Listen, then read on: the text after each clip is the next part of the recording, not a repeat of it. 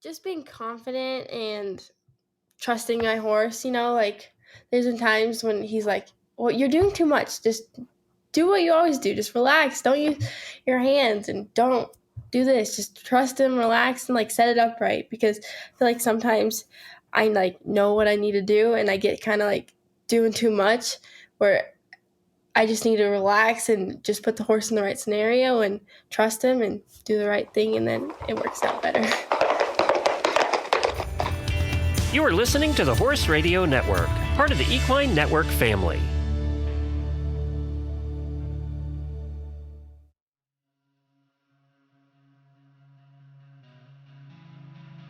Welcome to The Ride, a podcast brought to you by Horse and Rider Magazine, hosted by Nicole Cherico and Emily Carey. This episode of The Ride is brought to you by Ride TV. You're going to want to watch Horse and Riders videos on Ride TV. Watch carefully curated playlists for a variety of Western disciplines, including topics about gear, drills, mental strategies, and more. Our playlists are here for you to use to troubleshoot, progress in your goals, and improve your horsemanship. Plus, binge hundreds of hours of archived live streams, including the NRCHA Derby, Mustang Challenge, RSMC Ranch Sorting World Finals, and more. Use promo code THERIDE for 15% off your first month at ridetvgo.tv today. Hey everyone, and welcome back to The Ride. I'm your co-host, Emily Carey, and today I'm very excited to welcome a special guest, Ms. Tuli Dowers. Tuli recently had an incredible show at the NRCHA Snaffle Bit Futurity, taking home the big win in the non-pro boxing aboard the Rizzler, horse trained by her dad, Nick Dowers. We're going to talk all about what that experience was like, how she ended up riding the Rizzler, and what it was like growing up, learning from one of the best in the business, and what's next for Tuli. So let's jump right in it. Tuli, welcome to The Ride. Hi, thanks for having me. So Tuli, for listeners who may not be too familiar with you yet, can you introduce yourself and tell us a little bit about your background with horses? Yeah, sure. So my dad is Nick Dowers. He's a little popular in the horse training business, and so yeah, I just grew up riding, and I just started showing the last couple of years, and it's been fun. It's been good. Just a little popular. So my dad has a following. Yeah, so obviously you grew up surrounded by horses. You know, your dad is such a respected trainer. What are some of your earliest memories, being in the barn or riding? What was that like? I wasn't as into it as my brother. Like, I rode a little bit and I had fun. And there was this one time I couldn't get my horse to do anything. I was just sitting in the arena. It's pouring rain and I'm crying. I was like 4 or 5 and I couldn't get my horse to do anything. I'm like crying for my dad's help because it's raining. That's a big memory I have. I couldn't get that old horse to do anything. But yeah, I just grew up riding like so often. I didn't start riding seriously until I was like 11 or 12, and then I just started riding more and more and starting to compete. It's been fun. Yeah. Was there something that kind of like, a lot of us grew up, we were, crazy horse girls and just couldn't get out of the barn. Was there kind of that like aha moment, like this is kind of, what I want to do? I want to spend more time in the barn and just be on the back of a horse all the time? I think it kind of built over time. Like this one show in particular really made a difference. My dad let me cool out his good bridle horse, which over time he just turned into my bridle horse because I kind of begged to ride him all the time. And so that was really cool. Like, he was the first horse I've ever shown. I still show him today. Like, he's a fantastic horse. And so it was really cool. Like, I got to cool him out for the first time, and it was so scary. He's like at the top of his game right now, and I get to cool him out. So I thought that was really cool. And he just won the Bridal Spectacular at the Derby in Scottsdale. So that was really cool. And then I just started riding him more and more at home. And then I showed him a couple years later, and then we've just had more and more success together. And it's been really fun. Yeah. So let's talk a little bit about, showing over the years. What was kind of your first real taste of competition like? Was there a moment that you like at the shows? Obviously, you just talked about that special moment, but when were you really like, this is it? I'm in it. I'm getting serious. going to step into the training shoes? Yeah, that was probably when I showed that bay horse I'm talking about, the bridle horse, in 2022. Let me make sure it was 2022. I think it was 2022. Maybe it was 2023. One of those years, I showed him in the youth class, and it was terrible. Like I was not. I wouldn't say I wasn't ready, but he's such a good horse that he knows his job. So he was a little strong for me, and so it didn't really go that good. But I was so mad. I wanted to do good, and so then it just kind of lit that fire, I think. And then I started showing more and riding more horses and all the things. Yeah, and you were so young. You're 18, 19, you're so young, and you've already had such incredible success. Now, obviously, your dad is so well known for his horsemanship and for starting the colts and all of that. What are some of the lessons that you've learned from him that have really stuck with you in the training? I'd say like just being confident and trusting my horse, like there's been times when he's like, well, you're doing too much. Just do what you always do. Just relax. Don't use your hands and don't do this. Just trust him, relax, and like set it up right. Because I feel like sometimes I like know what I need to do and I get kind of like doing too much where I just need to relax and just put the horse in the right scenario and trust him and do the right thing, and then it works out better. Yeah, I feel like we've talked to a lot of people and they're just like, we just need to get out of our own heads. We think we're thinking too much, we're doing too much, and we have to trust the horse. The horse knows what they're doing. Yeah. Yeah, so For sure. Talking a little bit more about training, do you train a lot of the horses that you show? I ride them most of the time. Yes, like my Derby horse, I ride him. If I were gonna show, I ride him like the couple weeks or months before I'm gonna show him because we want to get used to each other and stuff. But typically, yeah, we all ride our own horses. Like my brother rides his, and then my dad rides his, obviously. But if we have trouble or something, my dad obviously gives us lessons and helps us. But usually we ride our own horses because my dad wants us to prepare our own horses and live with the consequences if we're not ready to show or mess up in the show pen, or you know what I mean? Yeah, so that's what we do around here. Pushing you off the deep end. Yeah, a little bit. Like at horse shows, we're like, Dad, you're not even helping us. He's like, yeah, but you know what you're doing, and if I help you too much, I'm like babysitting you, and I want you guys to do it, if that makes sense. That's what his mindset is. It's like you guys are going to be responsible for your own horses, and I love it. You should prepare them yourself and stuff. But he obviously helps us. Like, I love it. And he definitely helps us. He's not like leaving us alone, but he lets us make mistakes and figure it out because he wants us to do that and make our own mistakes and have our own successes. You know what I mean? If that makes sense. Yeah, no, that's awesome. Definitely, helps you guys to learn. And so now let's talk a little bit about the snaffle of futurity, the topic that's on everybody's mind still. Congratulations on, the non-pro boxing win. That's awesome. Yeah, and can you walk us a little bit through what that week was like? Because it seems like a crazy week for you. It was seriously so crazy. I don't even know. It was so we get there and I'm like not planning to show or anything. Just gonna help Riz get to the open finals. That's what my plan was. And so the reining went great, like freak high score. He marked 22 and a half. And so then we're like, yeah, it's great. And then the hard work next day, a couple days. And he's doing great, and then he loses a cow and we're just heartbroken. Like we don't even know what to think.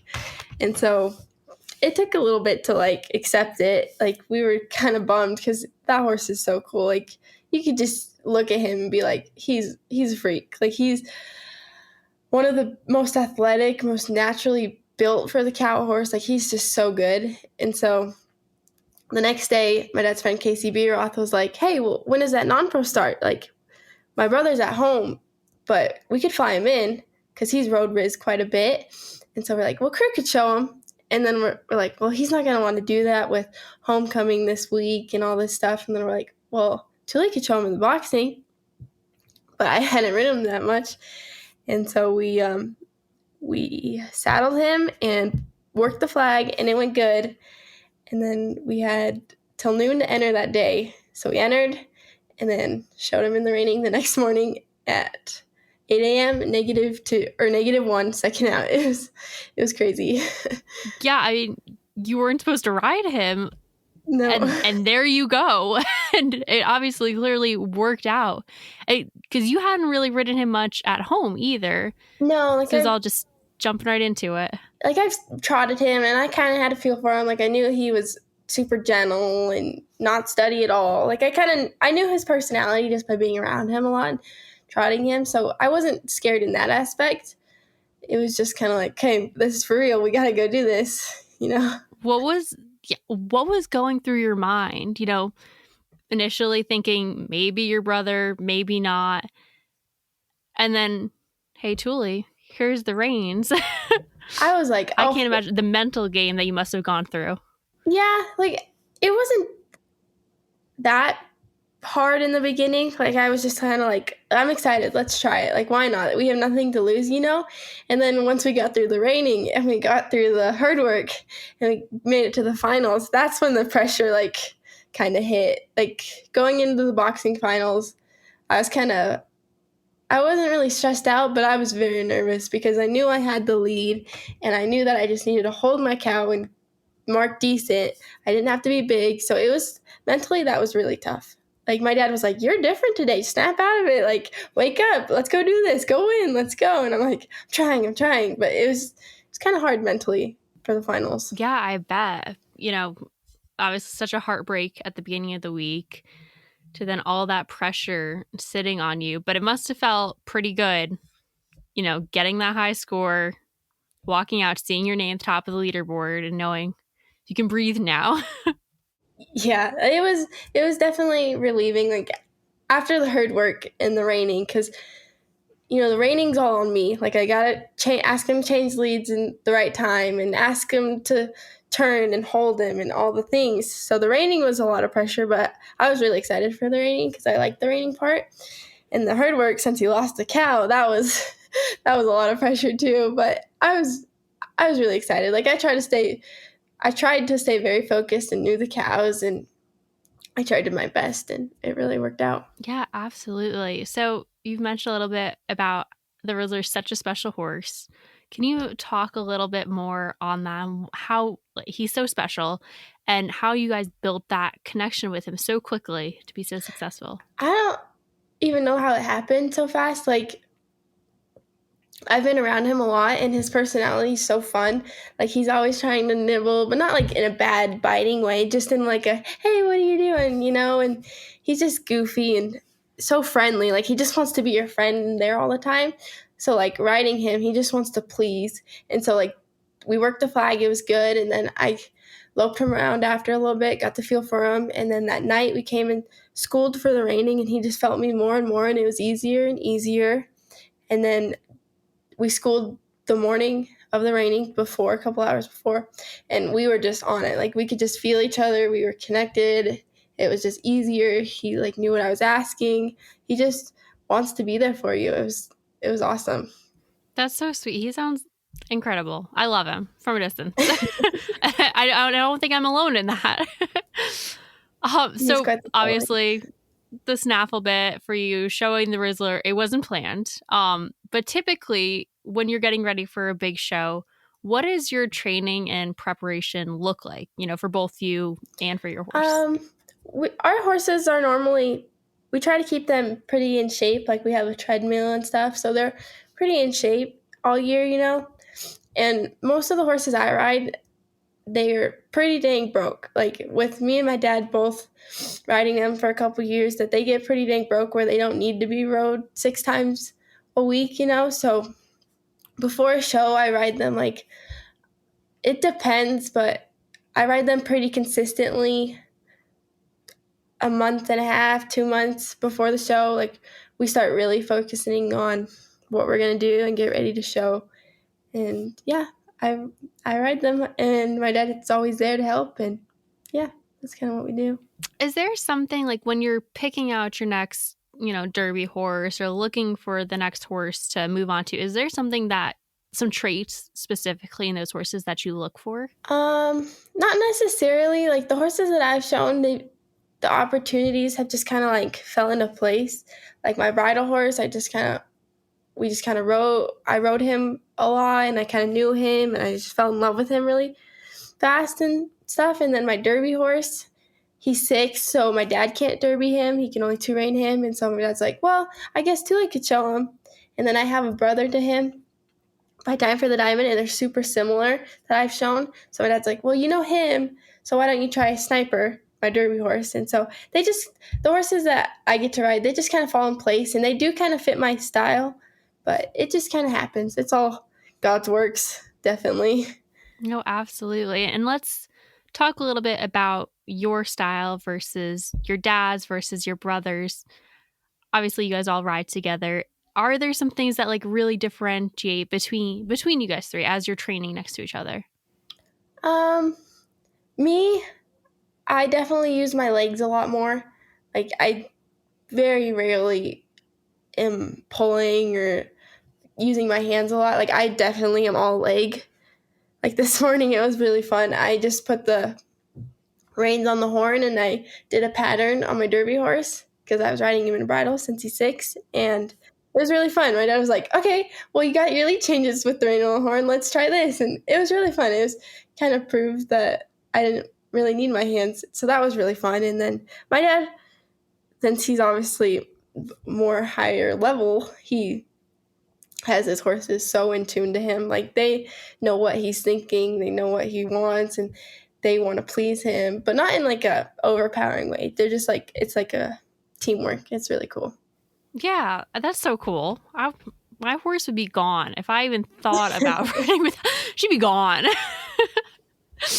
Oh, that's awesome. And you're a senior in high school, right? Yes. How are you balancing school with showing out at these levels? What are kind of like your plans for the next few years, both in the horse world and schooling? How are you managing that? It's kind of like school's definitely kind of tough to manage because we ride so much and we work on the ranch so much that it kind of gets pushed to the side, definitely. Like my grandparents always say, don't let school get in the way of your education. So it definitely gets pushed to the side, but we try to always get it done and make time for it at night, or sometimes we have to ride earlier or just make time for it. And so that's kind of what we do with school. And then I don't know what the future really looks like for me. I'm just going to keep riding and graduate and then see what opportunities open up. And I don't know. I'm just kind of winging it for now, but I'm still going to. Just winging it. I love it. Do you think will we see you in the Rizzler more together? I don't know. I warmed him up yesterday and the day before for my dad, but I don't know. He's like my dad's heart horse. My dad loves him. Like people say he's mine, but he's really not. My dad, Riz has some big championships in his future with my dad. I feel it. Yeah, I mean, the snaffle bit was so disappointing, especially coming off the Reno win. Right. But I mean, that horse has such an incredible future in front of him. So kind of to wrap us up, what is heading back, into the show pen? What's one of your favorite parts about showing and, the working cow horses and the classes and the boxing? What's your favorite part about it? Oh, I'm very competitive. I really like the mental side of it, like on the days that I haven't competed my best, that I notice my mind's like lost or I'm like thinking about it too much. So I'm like, every time I show, I really try to think about where my head was at the last time I did good or the last time I felt like I was really competitive. So I like that part. And then also just showing off my horse is really fun. Like when I'm showing, I always talk to my horse, not in a weird way, but like I'm just like, okay, Riz, let's go. Like, okay, got this. Let's show you off. Like I just try to really break down the run in my head, and I like that mental side of it. Yeah, no, for sure. We've talked a lot about the mental game on this podcast with riders from everything from the reining to the, to the ranch events. The mental game is such an important piece of the puzzle, and that if you can't master that, or have a good, relationship with the mental side of things and good understanding, being successful in the show pen is very hard to do. Yes, it's definitely something that it's like 90% in your head and then 10% the run, because the days you are in your head, you're not at your highest level, and you can't be. Like, there's no way you can be. And so I always just try to lock that out, but it's hard because you can't think about locking that out too much, because then you're kind of like doubting your head a little bit. You just got to like shut it out, but be open to what's going to come. I don't know. It's crazy how the mind is. Yeah. Do you have any like pre-show like traditions or superstitions or anything that you do to kind of work on that? Not necessarily. Like, I just picture my run a lot in my head. I just, like my dad always, when I went at the fraternity when I was showing Riz, he was like, how many runs have you made in your head? Have you made like 30 yet? I'm like, yeah, I'm working on it, because I just try to picture them, because your mind doesn't know the difference. And so that's what I do a lot. Yeah, that's awesome. That's awesome. Well, Tuli, I won't keep you for much longer. Thank you so much for hopping on with us. Really appreciate it. Yeah. Oh, yeah, this was fun. Thank you so much to Ride TV for sponsoring this episode. Thank you guys for tuning into the Ride podcast. We hope you enjoyed this episode, and please be sure to subscribe wherever you listen to podcasts. Follow Horse and Rider Magazine on social media and find us at horseandrider.com to see all the cool things that we're up to. And if you have any comments or questions, please be sure to hit us up at horseandrider@equinenetwork.com. We want to hear from you guys. And if you like what you're listening to, please be sure to leave us a review on iTunes.